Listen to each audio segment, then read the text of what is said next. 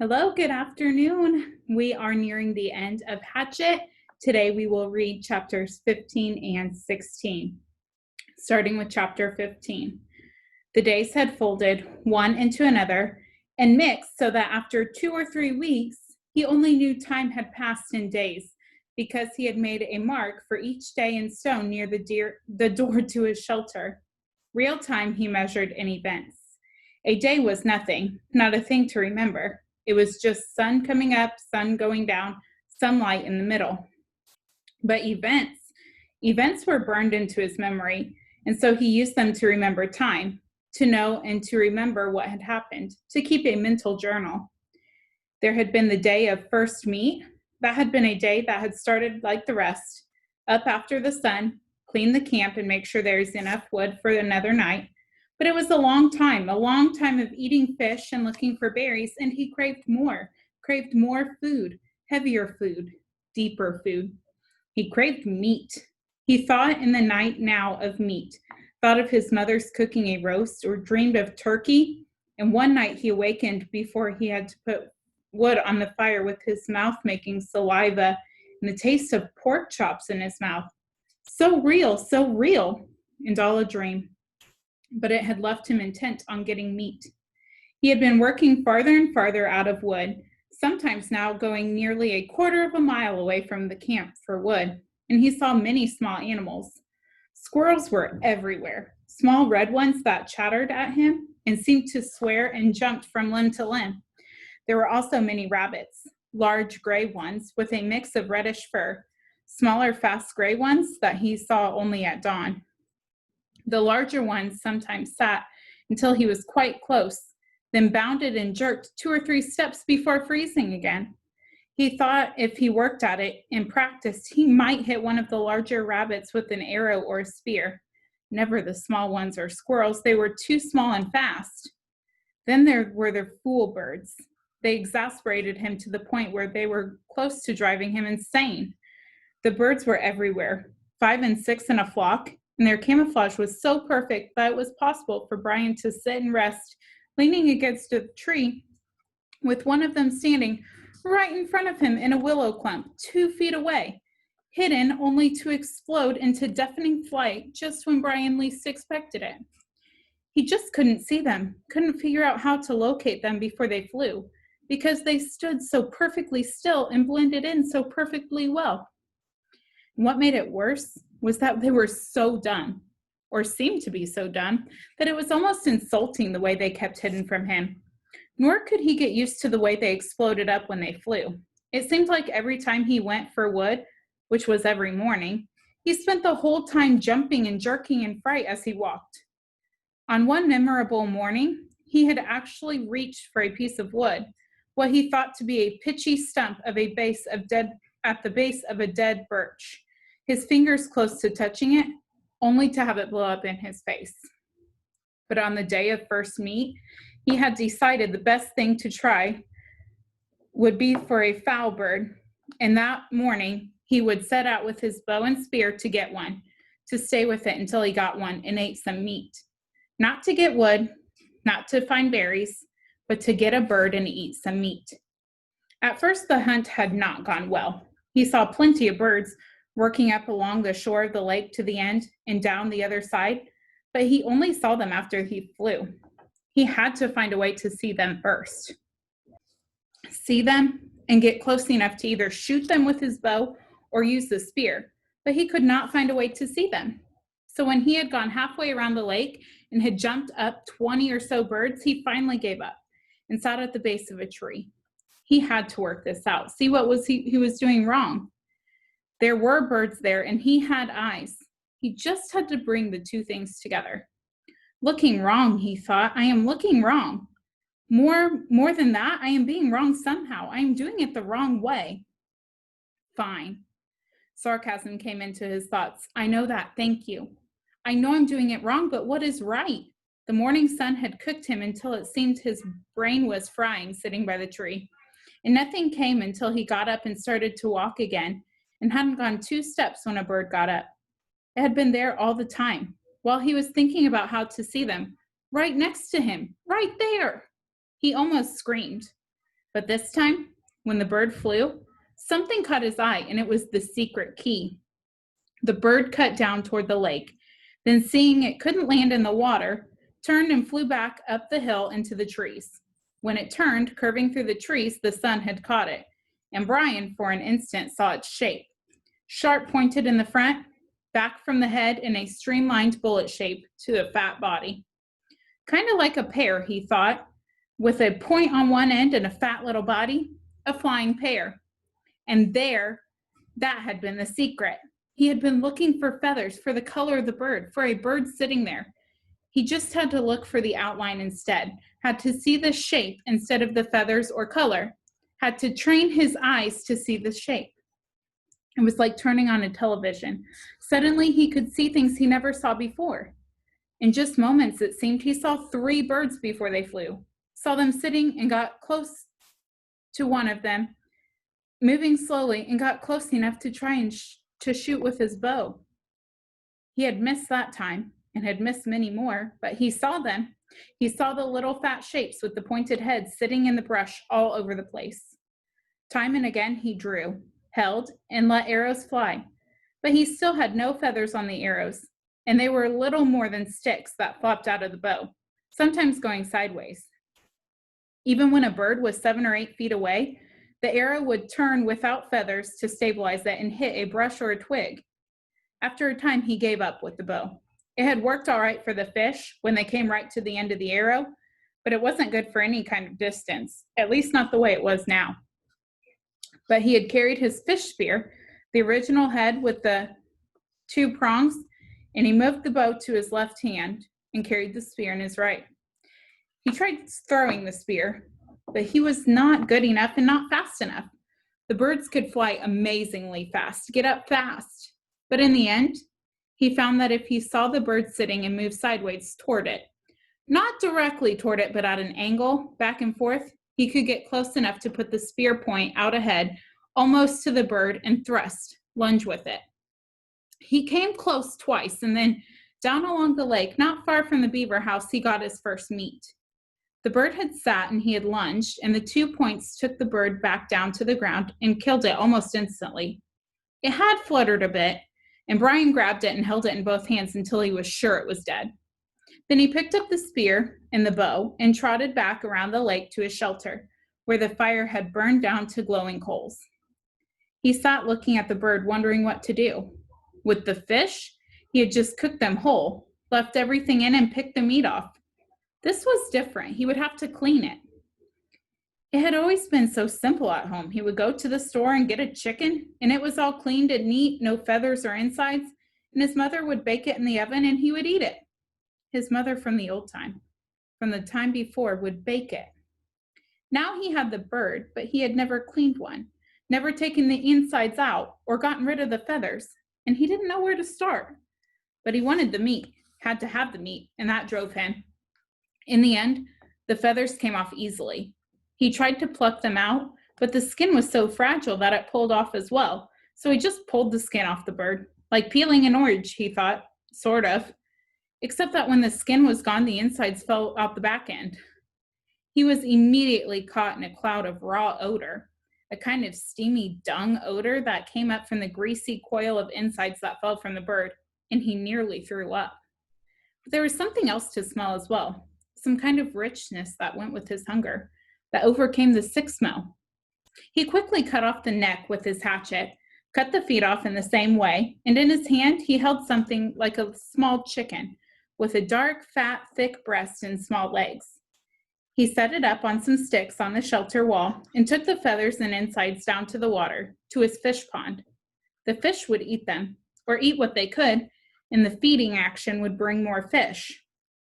On second thought, he took the wing and tail feathers, which were stiff and long and pretty, banded and speckled in browns and grays and light reds.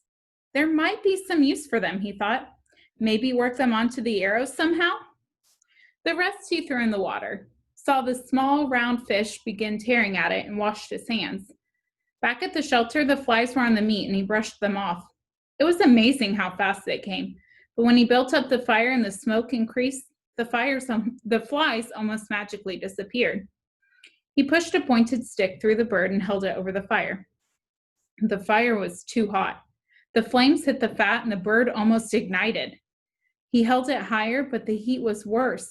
And finally, he moved it to the side a bit, and there it seemed to cook properly. Except that it only cooked on one side and all the juice dripped off. He had to rotate it slowly, and that was hard to do with his hands. So he found a forked stick and stuck it in the sand to put his cooking stick in. He turned it, and in this way he found a proper method to cook the bird. In minutes, the outside was cooked, and the odor that came was almost the same as the odor when his mother baked chickens in the oven. And he didn't think he could stand it, but when he tried to pull a piece of the meat off, it was still raw inside. Patience, he thought. So much of this was patience. Waiting, thinking, and doing things right. So much of all of this, so much of all living was patience and thinking. He settled back, turning the bird slowly, letting the juices go back into the meat, letting it cook and smell and smell and cook. And there came a time when it didn't matter if the meat was done or not. It was black on the outside and hard and hot, and he would eat it. He tore a piece from the breast, a sliver of meat, and put it in his mouth and chewed carefully. Chewed as slowly and carefully as he could to get all the taste. And he thought, never, never in all the food, all the hamburgers and malts, all the fries or meals at home, never in all the candy or pies or cakes, never in all the roasts or steaks or pizzas, never in all the submarine sandwiches, never, never, never had he tasted anything as fine as that first bite, first meat. Chapter 16. And now he stood at the end of the long part of the lake and was not the same, would not be the same again. There had been many first days. First arrow day, when he had used thread from his tattered old piece of windbreaker and some pitch from a stump to put slivers of feather on a dry willow shaft and make an arrow that would fly correctly. Not accurately, he never really got good with it, but fly correctly so that if a rabbit or a fool bird sat in one place long enough, close enough, and he had enough arrows, he could hit it. That brought first rabbit day. When he killed one of the large rabbits with an arrow and skinned it as he had the first bird, cooked it the same to find the meat as good, not as rich as the bird, but still good. And there were strips of fat on the back of the rabbit that cooked into the meat to make it richer. Now he went back and forth between rabbits and fool birds when he could, filling in with fish in the middle. Always hungry. I am always hungry, but I can do it now. I can get food, and I know I can get food, and it makes me more. I know what I can do. He moved closer to the lake to the stand of a nut brush. These were thick bushes with little stickler pods that held green nuts. Nuts that he thought he might be able to eat, but they weren't ripe yet. He was out for a fool bird, and they liked to hide in the base of the thick part of the nut brush, back in where the stems were close together and provided cover. In the second clump, he saw a bird, moved close to it, paused when the head feathers came up and made a sound like a cricket, a sign of alarm just before it flew, then moved closer when the feathers went down and the bird relaxed. He did this 4 times, never looking at the bird directly, moving toward it at an angle so that it seemed he was moving off to the side. He had perfected this method after many attempts, and it worked so well that he actually caught one with his bare hands, until he was standing less than 3 feet from the bird, which was frozen in a hiding attitude in the brush. The bird held for him, and he put an arrow to the bow, one of the feathered arrows, not a fish arrow, and drew and released. It was a clean miss, and he took out another arrow from the cloth pouch at his belt, which he'd made from a piece of his windbreaker sleeve, tied at one end to make a bottom. The fool bird sat still for him, and he did not look directly at it until he drew the second arrow and aimed and released and missed again. This time the bird jerked a bit, and the arrow stuck next to it so close that it almost brushed its breast. Brian only had 2 more arrows, and he debated moving slowly to change the spear over to his right hand and use that to kill the bird. 1 more shot, he decided. He would try it again. He slowly brought another arrow out, put it on the string, and aimed and released, and this time saw the flurry of feathers that meant he had made a hit. The bird had been struck off center and was flopping around wildly. Brian jumped on it and grabbed it and slammed it against the ground once sharply to kill it.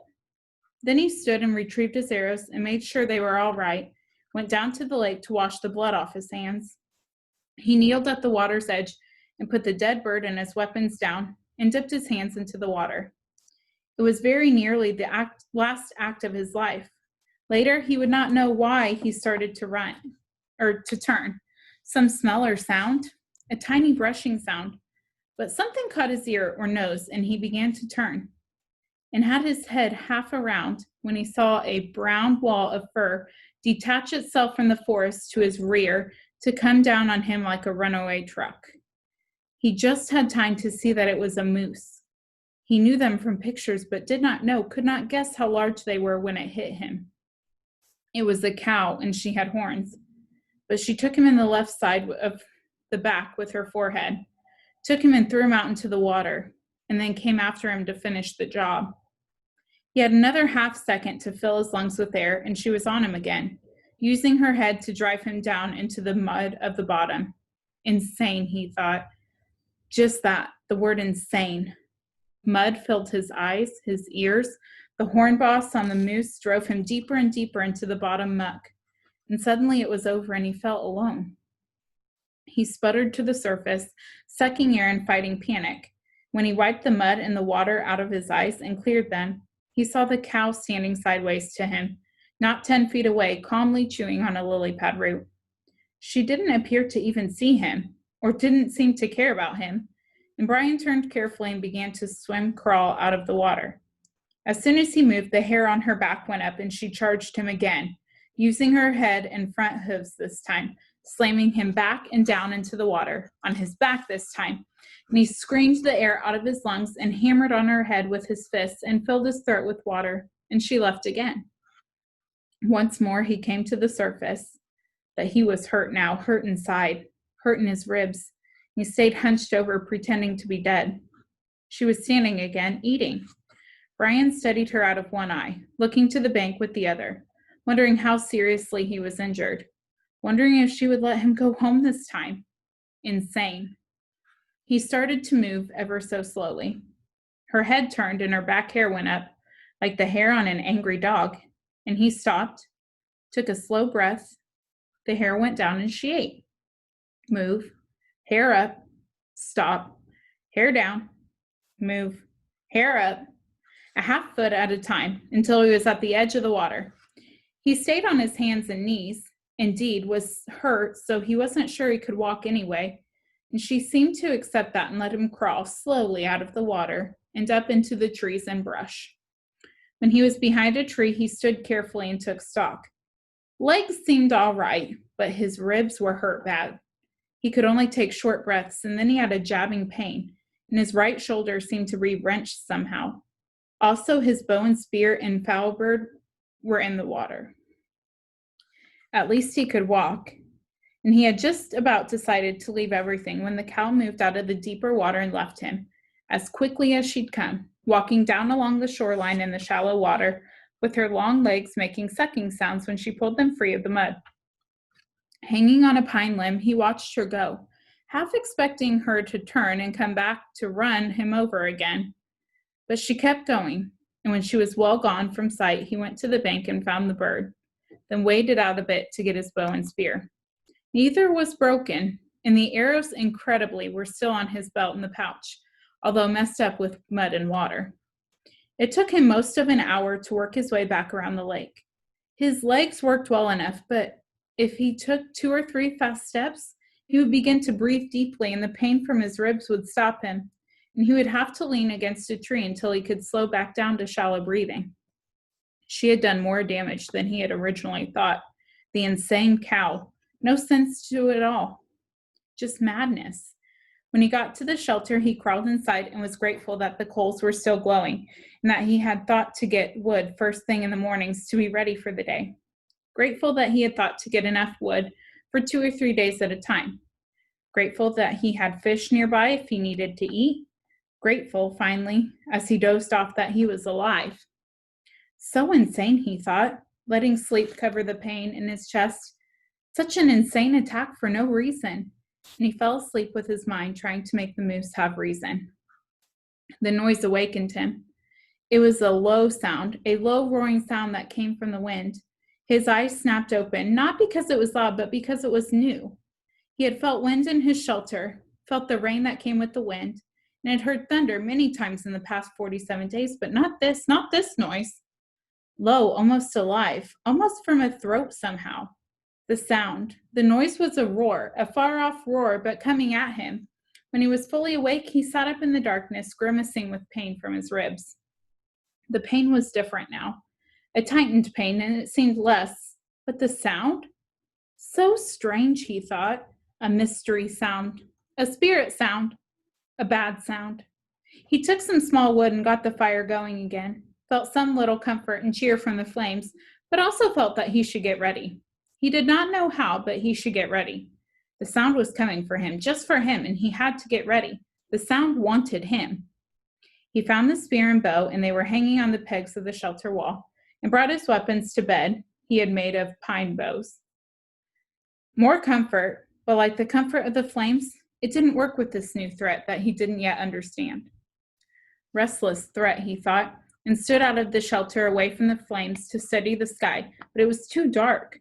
The sound meant something to him, something from his memory, something he had read about, something he had seen on television. He thought, oh no, it was wind. Wind like the sound of a train, with the low belly roar of a train. It was a tornado, that was it. The roar of the train meant bad wind, and it was coming for him. God, he thought, on top of the moose, not this. But it was too late to do anything. In the strange stillness, he looked to the night sky, then turned back into his shelter and was leaning over to go through the door opening when it hit. Later, he would think of it and find that it was just the same as the moose, just insanity. He was taken in the back by some mad force and driven into the shelter on his face, slammed down into the pine branches of his bed. At the same time, the wind tore at the fire and sprayed red coals and sparks in a cloud all around him. Then it backed out, seemed to hesitate momentarily, and returned with a massive roar, a roar that took his ears and mind and body. He was whipped against the front wall of the shelter like a rag, felt a ripping pain in his ribs again, then was hammered back down into the sand once more while the wind took the whole wall, his bed, the fire, his tools, all of it, and threw it out into the lake. Gone out of sight, gone forever. He felt a burning on his neck and reached up to find red coals there. He brushed those off, found more in his pants, brushed those away, and the wind hit again. Heavy gusts, tearing gusts. He heard trees snapping in the forest around the rock, felt his body slipping out and clawed at the rocks to hold himself down. He couldn't think, just held, and knew that he was praying, but didn't know what the prayer was. Knew that he wanted to stay and be. And then the wind moved to the lake. Brian heard the great roaring, sucking sounds of the water and opened his eyes to see the lake torn by the wind, the water slamming in great waves that went in all ways, fought each other, then rose in a spout of water going up to the night sky like a wet column of light. It was beautiful and terrible at the same time. The tornado tore one more time at the shore on the opposite side of the lake. Brian could hear trees being ripped down. And then it was gone as rapidly as it had come. It left nothing but Brian in a pitch dark. He could find nothing of where his fire had been, not a spark, nothing of his shelter, tools, or bed. Even the body of the fool bird was gone. I'm back to nothing, he thought, trying to find things in the dark. Back to where I was when I crashed. Hurt, in the dark, just the same. As if to emphasize his thoughts, the mosquitoes with the fire gone, and protective smoke no longer saving him, came back in a thick, nostril-clogging swarm. All that was left was the hatchet at his belt. Still there, but now it began to rain, and the heavy downpour, he would never find anything dry enough to get a fire going. At last, he pulled his battered body back under the overhang, where his bed had been, and wrapped his arms around his ribs. Sleep didn't come. couldn't come with the insects ripping at him. So he lay the rest of the night, slapping mosquitoes and chewing with his mind on the day. This morning, he had been fat. Well, almost fat. And happy, sure of everything, with good weapons and food and the sun in his face, and things looking good for the future. And inside of one day, just one day, he had been run over by a moose and a tornado, had lost everything and was back to square one. Just like that. A flip of some giant coin and he was the loser. But there is a difference now, he thought. There really is a difference. I might be hit, but I'm not done. When the light comes, I'll start to rebuild. I'll still have the hatchet, and that's all I had in the first place. Come on, he thought, baring his teeth in the darkness. Come on. Is that the best you can do? Is that all you can hit me with, a moose and a tornado? Well, he thought, holding his ribs and smiling, then spitting mosquitoes out of his mouth. Well, that won't get the job done. This was the difference now. He had changed, and he was tough. I'm tough where it counts, tough in the head. In the end, right before dawn, a kind of cold snap came down. Something else new, this cold snap, and the mosquitoes settled back into the damp grass and under the leaves, and he could sleep or doze. And the last thought he had that morning as he closed his eyes was, I hope the tornado hit the moose. When he awakened, the sun was cooking the inside of his mouth and had dried his tongue to leather. He had fallen into a deeper sleep with his mouth open just at dawn, and it tasted as if he had been sucking on his foot all night. He rolled out and almost bellowed with pain from his ribs. They had tightened in the night and seemed to pull at his chest when he moved. He slowed his movements and stood slowly, without stretching unduly, and went to the lake for a drink. At the shore he kneeled, carefully and with great gentleness, and drank and rinsed his mouth. To his right he saw that the fish pond was still there, although the willow gate was gone and there was no fish. They'll come back, he thought. As soon as I can make a spear or bow and get one or two for bait, they'll come back. He turned to look at his shelter, saw that some of the wood for the wall was scattered around the beach, but was still there. Then he saw his bow jammed into a driftwood log, broken but with the precious string still intact. Not so bad now, not so bad. He looked down at the shoreline for the other parts of his wall, and that's when he saw it. Out in the lake, in the short part of the L, something curved and yellow was sticking 6 or 8 inches out of the water. It was a bright color, not an earth or natural color, and for a second he could not place it. And then he knew it for what it was. It's the tail of the plane. He said it aloud, half expecting to hear somebody answer him. There it was, sticking up out of the water. The tornado must have flipped the plane around somehow when it hit the lake, changed the position of the plane, and raised the tail. Well, he thought, well, just look at that. And at the same moment, a cutting thought hit him. He thought of the pilot still in the plane, and that brought a shiver and massive sadness that seemed to settle on him like a weight. He thought that he should say or do something for the pilot. Some words, but he didn't know of any of the right words, the religious words. So he went down to the side of the water and looked at the plane and focused his mind, the way he did when he was hunting the fool birds and wanted to concentrate, focused on the pilot and thought, have rest forever.